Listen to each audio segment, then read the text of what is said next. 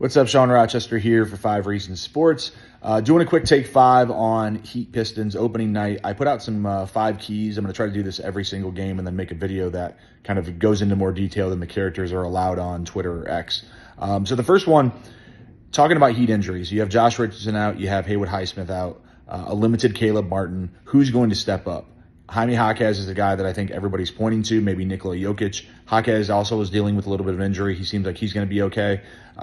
Drew Smith, are we going to get a little bit of Drew Smith action tonight? Maybe Duncan Robinson gets hot.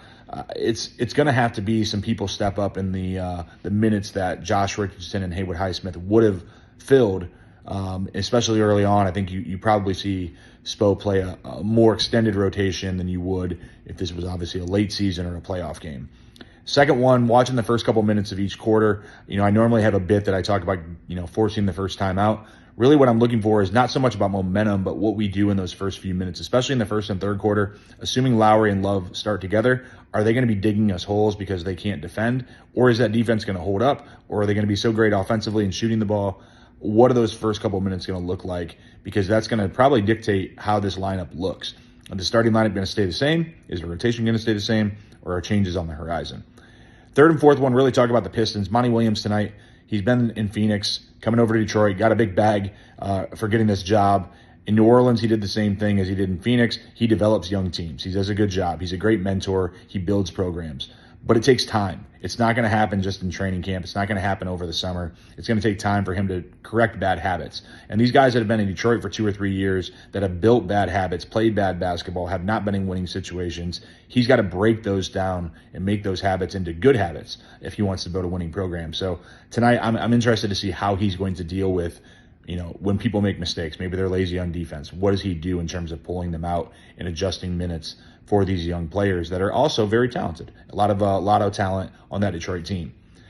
Then talking about that team, their backcourt, looking at, Cade Cunningham, Jaden Ivey, Killian Hayes, Marcus Sasser, Arsar Thompson. Can we keep them in front of us? Because without Josh, without Haywood, our defense is compromised. We can't rely just on zone. If they're able to get into the lane with penetration, you're spraying it out to shooters, you're getting into the basket, you're getting to the free throw line, you're setting yourself up for lobs for the big guys. It's just one of those keys that Miami has to keep the ball in front of them, whatever it takes to keep the ball out of the lane so that your defense is not going to get penetrated and compromised. And the last one, Miami's 2-4 in their last 6 openers. They've lost to teams like Orlando. I think one of them is Atlanta or Washington. Bad teams that are not good, that we should never lose to. And for whatever reason, we seem to lay eggs on opening night. Chicago is one from last year. Similar to Detroit, low expectation teams that are just maybe hungry to start the season. And if Miami's going to go through the motions after this offseason, give the fans something to feel good about for a couple hours. It's not going to erase the memories of what could have been, who we should have had, all those different things. But let's start off 1-0 at home in front of the home crowd and get a win for the Heat. Appreciate you guys tuning in. We'll be back this weekend with more games. Game 2, I believe, is on Friday or Saturday.